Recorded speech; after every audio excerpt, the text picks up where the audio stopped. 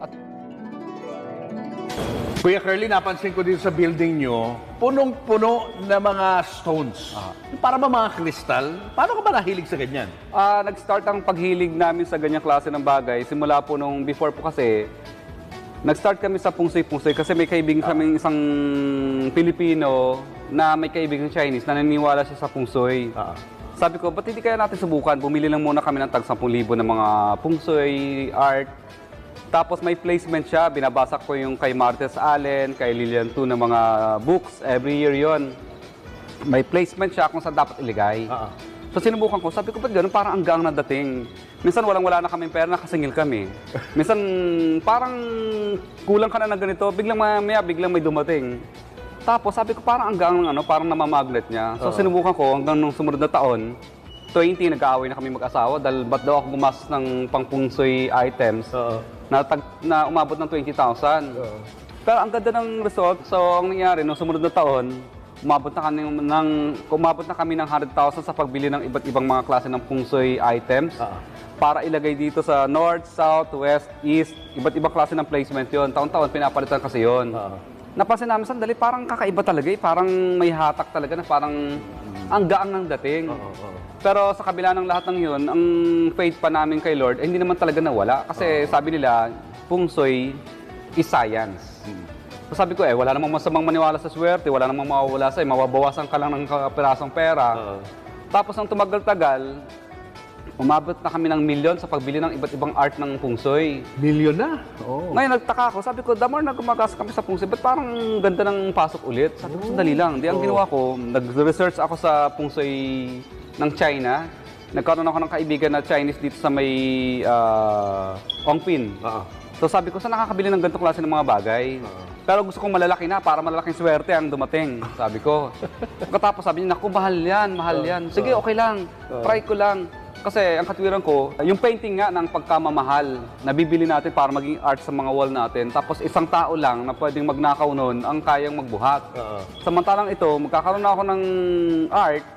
Tapos pag may gustong kumuha ng bagay na yan, nako, mamamatay muna siya pag nadaganan siya niyan. Sobrang bigat. So ang bigat yan, hindi yan makukuha, mananakaw ka agad. At pangalawa, may swerte lang ang display, dahil pungsoy nga yan. Plus, may art ka pa na dekorasyon sa office mo. Katulad nito, ito nasa likod. Katulad po ito. Ang laki. Ito po, pinaship ko po yan from China mula doon sa isang kaibigan ko po rin na nagka-curvings talaga, si Jay. Kay Jay po yan. Yan po ay jade art po.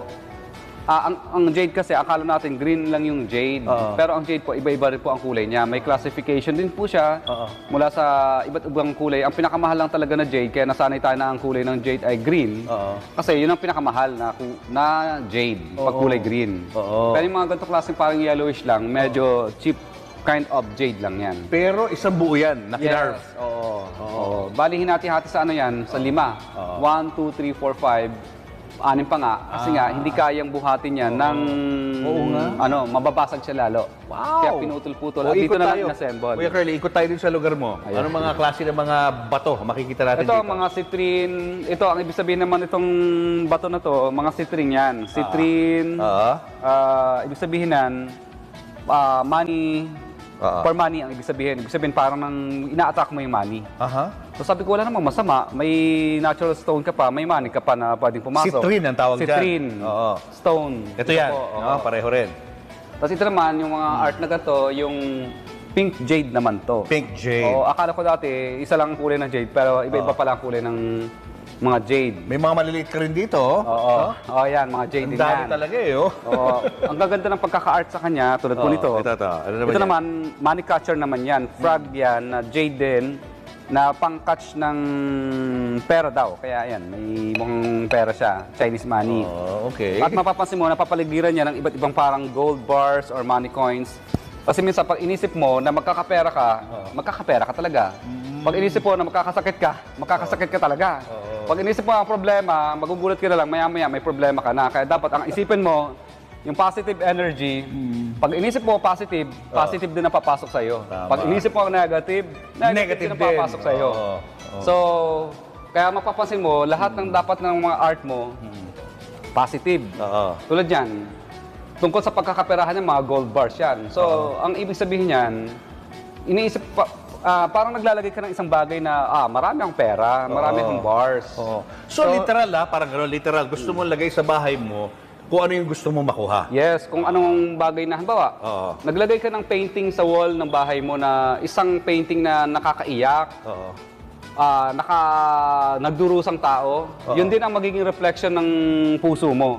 Yun din ang magiging laman niya. Pagising mo sa umaga. Ito, we heard ito. Ayan, ito naman po, ang tawag po dito, amethyst stone. Ano natural naman ang stone din amethyst? yan. Ang amethyst naman, yung parang love, ang ibinibigay niya, success and wealth din. Pero more on love siya. More on love. Kaya kapag nakakita ka ng kulay na ganito, parang mapapansin mo, umiiba din yung aura ng mukha mo, umiiba din yung aura ng puso mo. Parang love. Parang in love. Di ba? Ito, sino ba to? Love. Ito naman si Kwang Kong, ang ibig sabihin nito, wealth and success. Oho. Kasi ito yung parang general ng mga Chinese. Oho. So, ibig sabihin, pag inisip mo wealth and success, magiging successful ka kasi inisip mo successful eh. Wealth, pag inisip mo rin yung wealth, kasi kung anong ilagay mo sa isip mo minsan mangyayari, pag inisip mo minsan na magkakasakit ka mamaya, magkakasakit ka eh. Pag inisip mo hindi ka magkakasakit, minsan, lalong hindi darating sa'yo yung sakit, lalong parang tawag doon yung mind over matter kung tawagin. Parang pungsoy din yun eh. Pero hindi na to bato. Hindi to bato. Ito, bakal siya. Bakal yung na. Bronze. Symbolism lang siya, no? Yes. Ito naman, Ganon din, amethyst din yun. Nilagyan namin ng iba't ibang klase ng stone. Kasi yung mga stone na yun, may mga ibig sabihin, yung parang healing, something, iba't ibang uri ng ibig sabihin. Arwana. Ang arawana naman, ang ibig sabihin niyan, wealth din yan. Wealth. Kasi una-una, parang coins kasi yun eh. Coins. Money, ang kaliskis niya. Kaya mapapansin mo sa Chinese, yung arawana is symbol of money. Ba't di ka na lang bumili ng totoong arwana? Bakit? Yung arawana na totoo. Mas mahal pa yata yung bato na yan. Namamatay kasi yun eh. Namamatay. Si Buddha, yun naman ang ibig sabihin ng Buddha. Ito naman, parang pag nakakita ka niyan, di ba, minsan parang relax ang pakiramdam mo. Parang, kaya mapapansin mo, yung mga ganyang klase, makikita mo sa mga spa. Mga spa na... meditation spa. Yes. Kasi ang ibig sabihin ng meditation niya, nagpapahinga ka, nagre-relax ka. So tuwing makakita ka ng ganyan, parang nagkakaroon ka ng inner peace at saka relaxation. So natural stone talaga, ganyan ang itsura niya? Yes. Oo. Kasi tinaman, hindi perfect yung shape, no? Oo.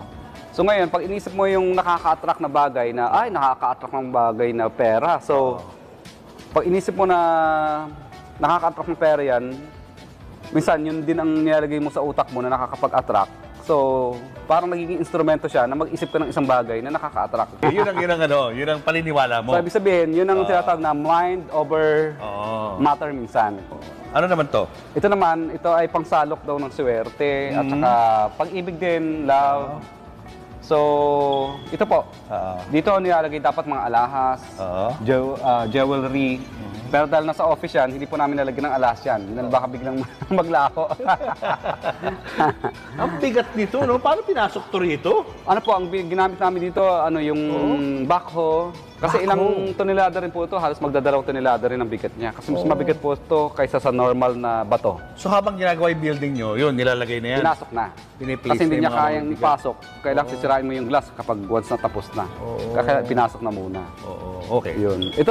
Ito naman, si Kwang Kong din yun. Yung isang kaibigan ko rin na si Jay, ang nagpagawa nito sa China at pinadala dito. So ito naman, ang version naman niya, kapareho din ng doon, kaya lang iba lang yung kulay niya. Bronze din to. Bronze. Yun, sobrang bigat din yan. Anong sinisimbolize niya? Success, wealth, at saka prosperity. Eto, dito ko na-impress. Ito, jade din buong po yan. no? Jade din Na po yan. kinerve. Pero mapapasin, kinerve ng matinding hand yan. Ito po ay isang taon daw mahigit na kinerve ng isang magaling na magka-carvings. So Ayan isang po. buong bato to?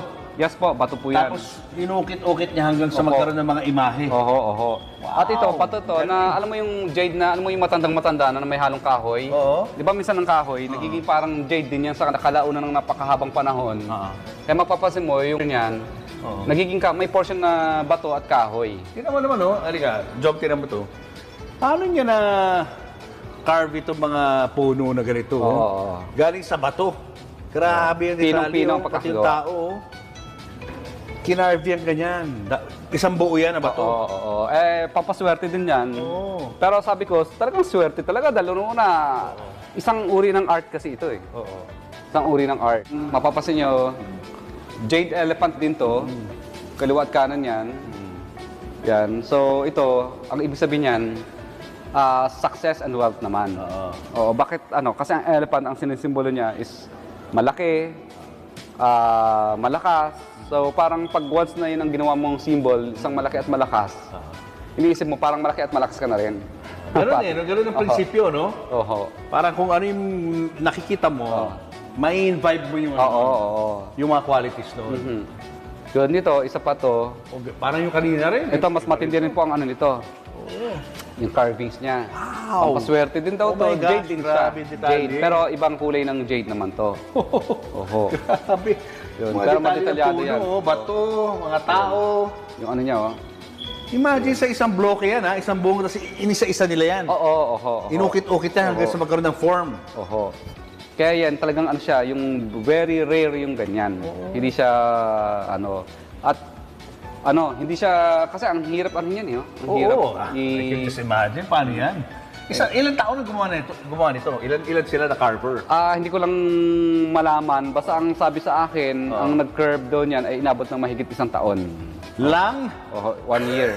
1 year kaya lang sa ganito ka-complicated na... Kaya naintindihan ko yung presyo nito. Minsan, hindi na yung bato ang pag-usapan natin eh. Yung talent na lang ng nag-curve niyan. At the same time, may pampaswerte ka na. May ano ka pa.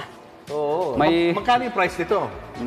Ganito po. Umabot din kami ng halos mga 7. 700? No, million. Oh my God! 7 million, guys! Oho, yung ganyan. I can Pero understand. sobrang bigat yan. Sobrang hirap naman gawin yan, no? Pero at saka ang bigat po niyan. Ito, balit din. O yan, hindi naman masyadong mabigat yan. Kasi ang sabi mo raw, Kuya Curly, kapag kaya mong buhatin yung jade o yung bato, pwede mo nang iuwi. So, ito parang ano, no? Kaya ko, pwede ko na ba iuwi ito? Pwede na? Joke lang. Yun ang bigang bawi, eh, no? Ito, hindi ko kaya iuwi ito. Kailangan ang pinabubuhat Mahirapan namin ako dito, dito. yung malalaki Bigat. lang. Ito naman, yung ano namin, Uy, ganda nito. oo. Ito naman, mapapansin mo, ganun din. Kaya mapapansin mo, pera.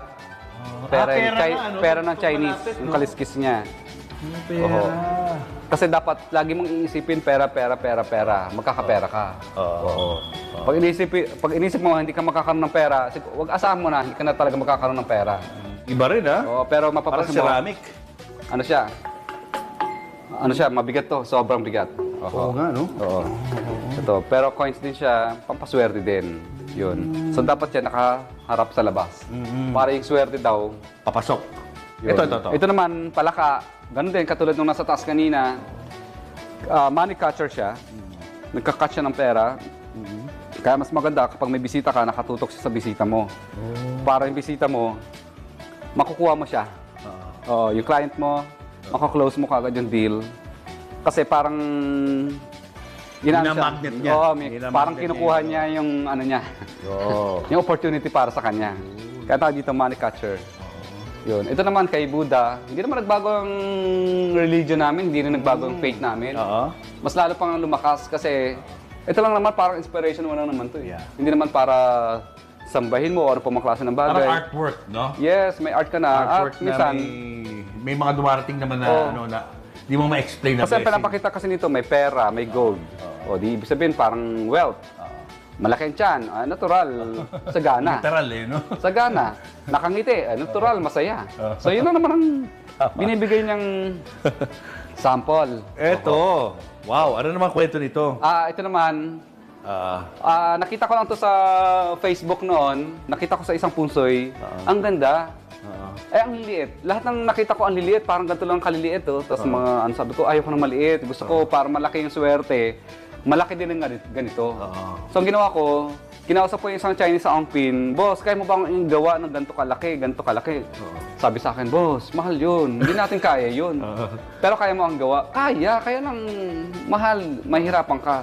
Sabi ko, sige, Gusto kong magkaroon ng ganon. Kasi naniniwala ako na may swerteng dala yung ganong klase ng bagay. Sabi niya, ikaw palang makakapagpagawa ng ganyan dito sa Pilipinas. Sabi sa akin. Tapos may ganto. Ngayon tinanong ko sa kanya, anong ibig sabihin ng ganto? Nakasulat. Ang ibig pala sabihin niyan, luck. Lucky. Lucky. Swerte. Ang ibig sabihin, talaga swerte ang ibig sabihin nito. So, sabi ko, di swerte pala. Go. Kaya may meaning din to. Lahat ng nakalagay na isda dyan, may bilang. Yun. So, ginawa ito sa China. Yes po, oho. At isang buong, ano yan? Isang buong bato. Isang buong bato yan na double-sided. Yung likod kasi niyan, Phoenix and Dragon. Tapos itong harap. Kasi gusto ko sana, buwan-buwan, iba-iba ang background ko. Halimbawa, next month, ang background ko, Phoenix and Dragon. Tapos next month, ang background ko na naman ito. Ang problema, sa sobrang bigat niya, halos 4 na tonelada yan. Baka mamaya makapatay ng tao yung mga empleyado ko. Pag inikot pa ganyan, kasi ang bigat talaga, baka mamaya makadisgrasya lalo. So ang ginawa ko, Phoenix ko na lang kaysa makapatay pa ng tao. Ano itong mga crack-crack na to? Natural po yan. Dahil una, ito po talaga, sa totoo lang, sa wild talaga, hindi ka naman makakuha ng ganito ka buong slab. O wala kang makakuha ng buong slab ganito. Kaya ang ginawa nila, pinagdugtong-dugtong, yung mga ganyan, pinagdugtong-dugtong. Kasi wala pong namimina na ganito ka buo kaagad. Gano'ng katagal ginawa to? Umabot ng 6 months ito. 6 months? Ginawa, ito po. Coming from a life na nakaranas ng hirap sa buhay, paano nyo ibinabalik sa mga tao na nangangailangan? Di ba may saying na charity begins at home?